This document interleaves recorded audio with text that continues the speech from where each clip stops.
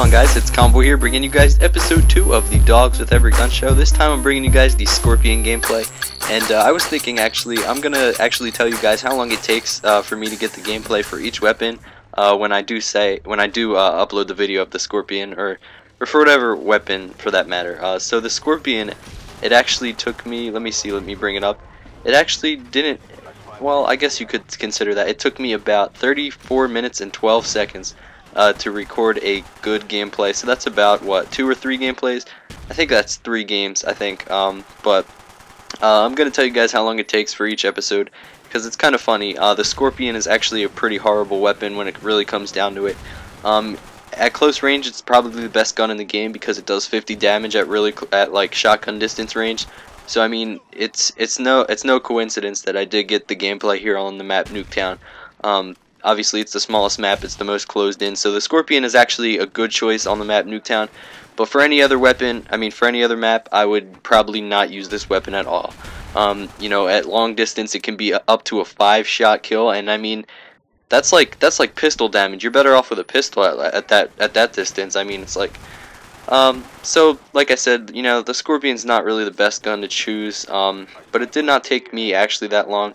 I've been actually struggling, you know, to get a few gameplays. The AK-74U took me twice to try it. I recorded it up to the 74U, I think. I'm on the Uzi now, and the Uzi has taken me a little bit, but, you know, this match, I don't know if it's the one, I think it's the one before this, but I was playing Nuketown with this guy named Ken, and he was on the other team.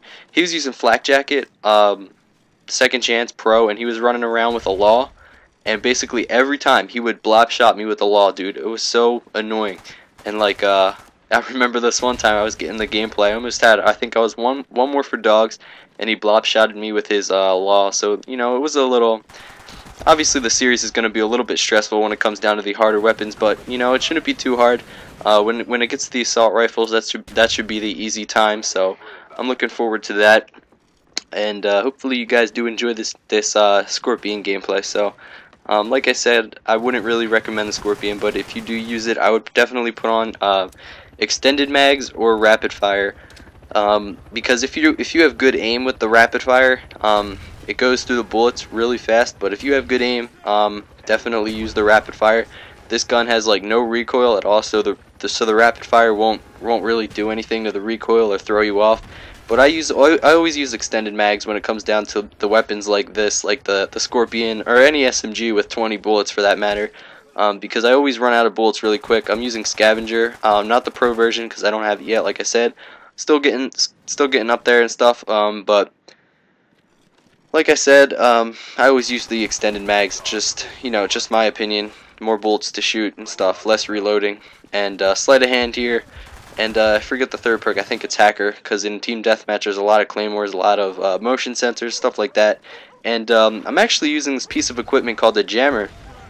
And if you guys don't really try it, if you don't have it or don't buy it, think it's worthless. I actually really like this Jammer. If you set it down in a nice spot, especially on Nuketown, it takes up like half the map really. It can take up a whole building on the one side. So if you plant this baby right in the middle of the map, or you know, hide it somewhere in a building, it's actually pretty effective. It takes out it jams all the enemy radars in that area, and it breaks all claymores and motion sensors, stuff like that. So most of the time, you'll see me here if I see a couple claymores or something in the building. Before I go in the building, I run next to it, put down the Jammer, slap it down right on the floor. And you know, the guys are clueless because it doesn't say, you know, they destroyed your equipment, which is usually the thing you hear when the claymores break or something. But when you put down the Jammer, it's all good, and you know, it breaks the claymores, and you can just run right by them, get the nice easy kill. So that's why I'm running around with it here. It's actually a pretty good piece of equipment. So yeah, guys, I hope you're enjoying this so far. And what I'm thinking about doing is maybe, what I'm thinking about doing as far as the controllers go, you know, switching with the Wiimote and CCP, because I know I get a lot of hate for the classic controller gameplays, but believe it or not, it's about 50-50 right now. There's a lot of viewers that want to see CCP, and there's a ton of viewers that want to see the Wiimote. But when it comes down to it, the Wiimote guys are, you know, more adamant of seeing Wiimote than the CCP guys. But you know, I will always be a Wiimote guy.